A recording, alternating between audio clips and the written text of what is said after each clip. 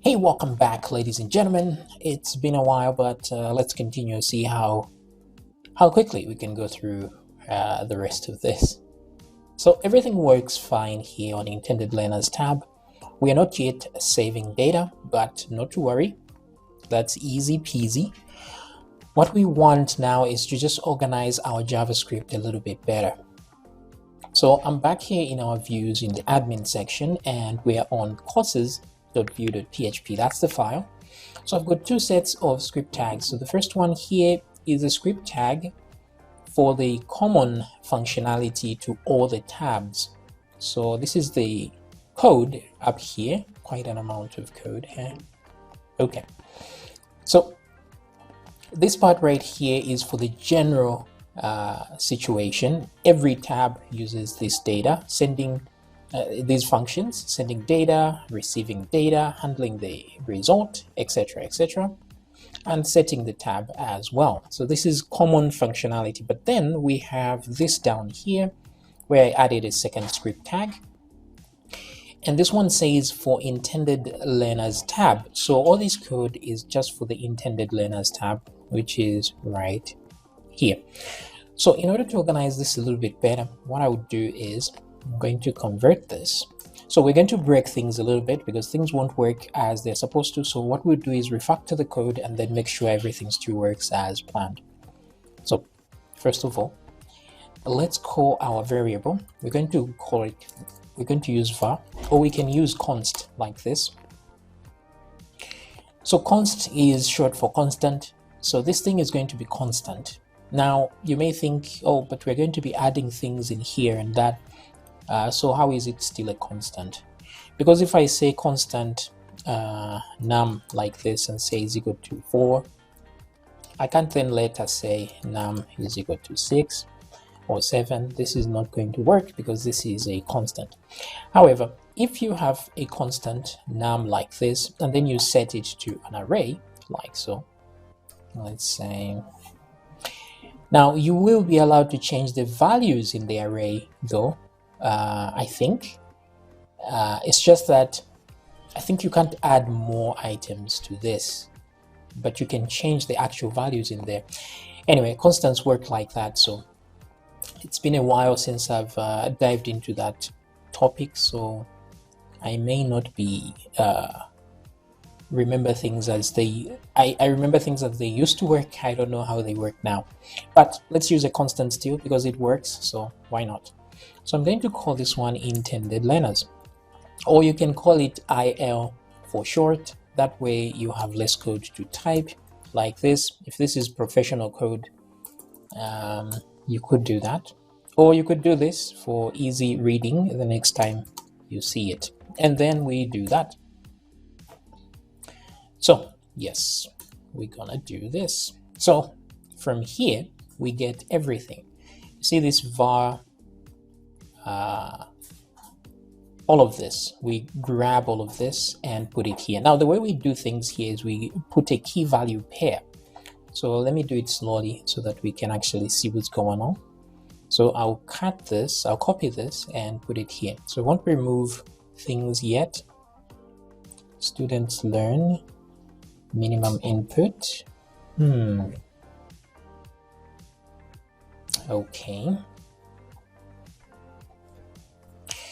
Right, so yeah, we still have these long names here. How can we break this down? Students learn minimum input. Wait a minute. So what I would do is, for now, let's just copy everything as it is. We can refactor it a bit more later.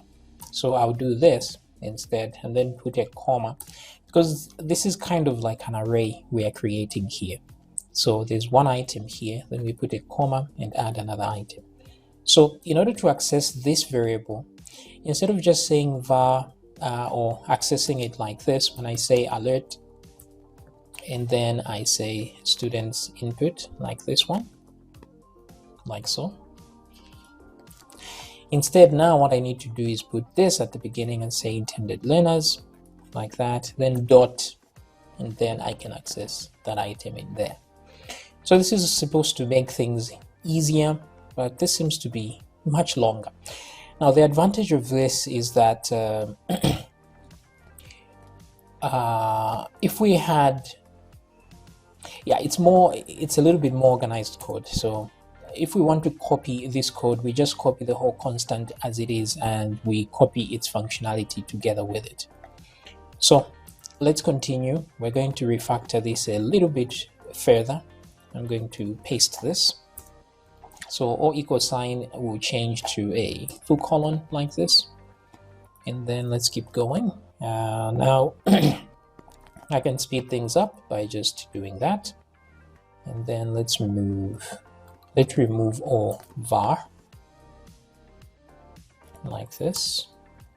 Let's change or equal sign to full colon. Let's change all semicolons to comma. Okay, so there we are. We have added everything we need in there. Now, if you wanted to look more neat, you can actually tab these things like so. It will still work just fine. You can do this. Find the highest and then do that. Still, it's gonna work as intended. All right, so here, I hope. So the next thing we do now is add functions. So we have a function here. So this one is called intended learners, add new. So instead, because this is directly related to intended learners like this, it's for the whole tab. These ones are for specific sections in the tab. That's why they are like this, but we can segment them a little bit further if we wanted to, because you can still add more objects inside an object. But what we do here is we remove the intended learners part. All we need to do is just say add new, and we have another function. So here I would just say something like add underscore new, like this, like that. Now this is going to be equal to a function like this, and then let's put our comma down there. Oops. Okay, so we say add new, which is a function, and then that. Now we copy what's there because we are copying this function anyway, and then let's put some space here so we can add more code inside that function. So okay, so from here now we just copy everything that's in here. Everything will work as it works right now up to the end here. So I'm going to copy and then paste it in here. Paste. Okay, let's make sure everything is good. Let's add one more tab here so that we are a bit more organized. Oops, there we go. Okay, so ID section. So every time we're referring to an item like this one, we have to put this at the beginning, even though we are inside the object itself. Okay, so here it can be students learn. So we can add more data for the students learn section instead of just minimum inputs here. So for now, all of these guys are holding minimum input as the only data. Now, let's say we wanted to add another item for students learn section. We may want maximum inputs. So we can write something like this. In case we wanted to add some maximum inputs for the students learn section, because this is just a section on the intended learners tab, right? Because let's come back here for a second. This is the intended learners tab, and there's one section here for students learn. So we have only one item, one variable we are using here, which is the least or the minimum number of inputs. But let's say we wanted to add a maximum number of inputs. We would have to write a long thing like this again, where we say students learn input minimum input, students learn maximum inputs, and then we go again and say students learn maybe subsection title, or whatever inputs we want there. Instead, what we can do is let's make this a section as well, just like we did here. So we're going to do this, but then we're going to equal this to an actual object. So instead of just having it like that, we will do this and then put a comma like this. So this leads to another object instead of just being an item by itself. And then we can add an item like so. I think I can leave a comma at the end here, not a problem, but we'll see. So as you can see, this is now an object. So in case we wanted to add maximum inputs here, we can just add it here. Let's say maximum inputs. Maybe maximum inputs is 14, even though we don't need this for now, but I'm just showing that you can put a sub object within an object, and then that's still a bit more organized, because then you can add more properties to it like this. So now from there, we're going to come back and do exactly the same thing. There's prerequisites here. Let's do that. And then we have now minimum inputs for it as well. Let's put a comma. Don't forget that commas, they are easy to forget as you move next to the next item. Let's do the same here. Okay, let's go to the end, then close that, put that comma, don't forget it. And then since these are just variables, we'll leave them as they are. So no need to take them that far anymore. We can just put them here like this. Alrighty then, so there we go. So we have that in case we wanted to add more properties to each one, we can do that. Excuse me, we can do that easily. Okay, so for here, I just want to see every time we're referencing, for example, we're referencing students learn minimum inputs, right? This does not exist anymore because this is not a variable in the global scope anymore. So what we need to do is say intended learners from here, student, wait a minute, yeah, we have to copy this. So whenever we're referencing this now, we have to put intended learners at the beginning and then put a dot so it can find it within itself. So students learn here, but this is also another object. So we still need to do students underscore learn dot minimum inputs to get to this part here. So I'll grab this minimum input section 403 and then move left, put a dot there and delete. All right, so that's what it has become now, intended learners dot students learn dot minimum inputs, and then we can get that value. So great. Let's come down here. Now this may look like simple reorganization, like we're actually adding more code than we had before, but trust me, organization like this is very important because projects get really big really fast.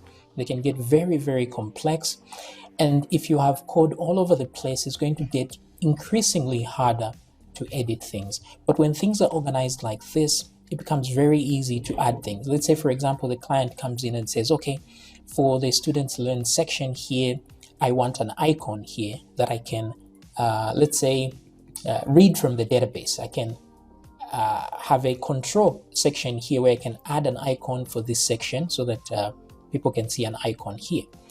So it would be easy to add because I can just go to the students learn section and then just add icon here and say, okay, the icon for this one will be equal to, I give a file path here.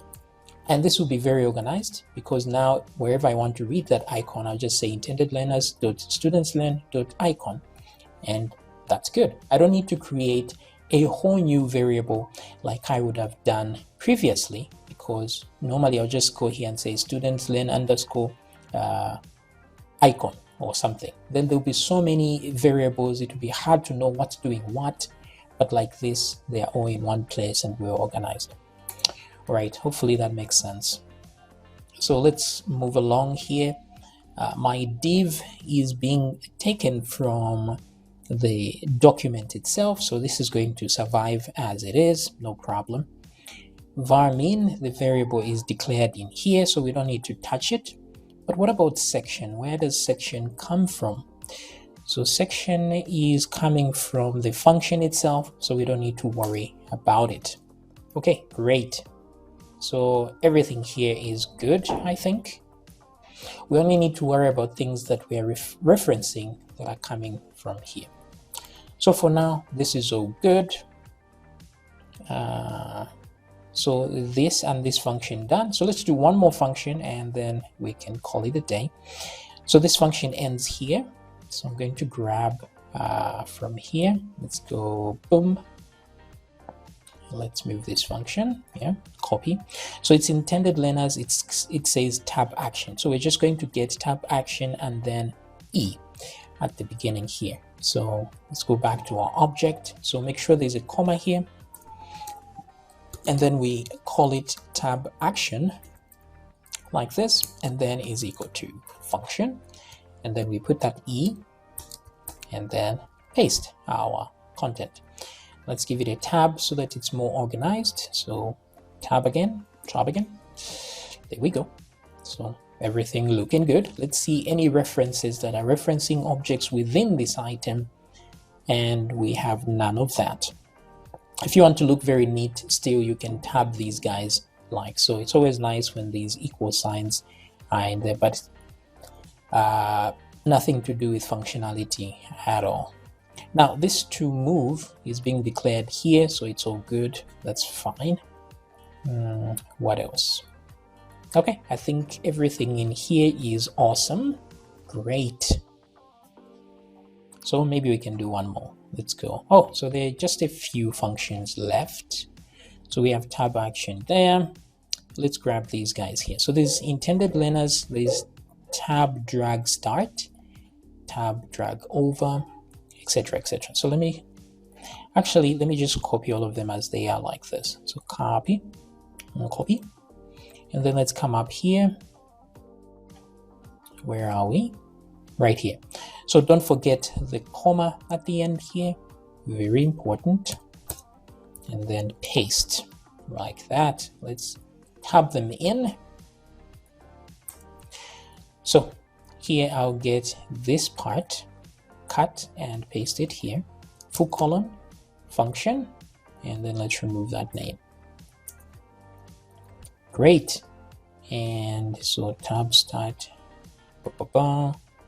comes down here as a function, and then comma. Let's put a comma on each one of these just so we don't forget. And let me move this one as well. Cut, paste, full colon, then remove this part here. Same thing here, tab drop, cut, and bam. There we go. And let's do this. Great. Alrighty then. So now we have item to drag to. So the question is, where are these guys coming from? So they're coming from within this, right? Which is right here. So item to drag to. So since they're coming from within, we have to append this at the beginning. So come down here. Where are they? Item to drag to, and boom, dot. Okay, good. Insert before. Also here, we are also referencing them. So we do likewise, paste, dot. Yep, I think that does it. So we've completely replaced the other code down here with this. That's more organized. Now the beauty of this is, if I want to create another tab and want to put more code, I just need to copy the whole constant here, replace a few things in here, and it will work exactly the same as this one, but on a different tab. So section. Okay, so I think everything is good here. What I will do for now is I'm going to comment out this code here, no delete, just so we can have reference, and comment it up to the end here, so that now we can entirely rely on this other code here and see if things are working as intended. Okay, so let's test it in the next video.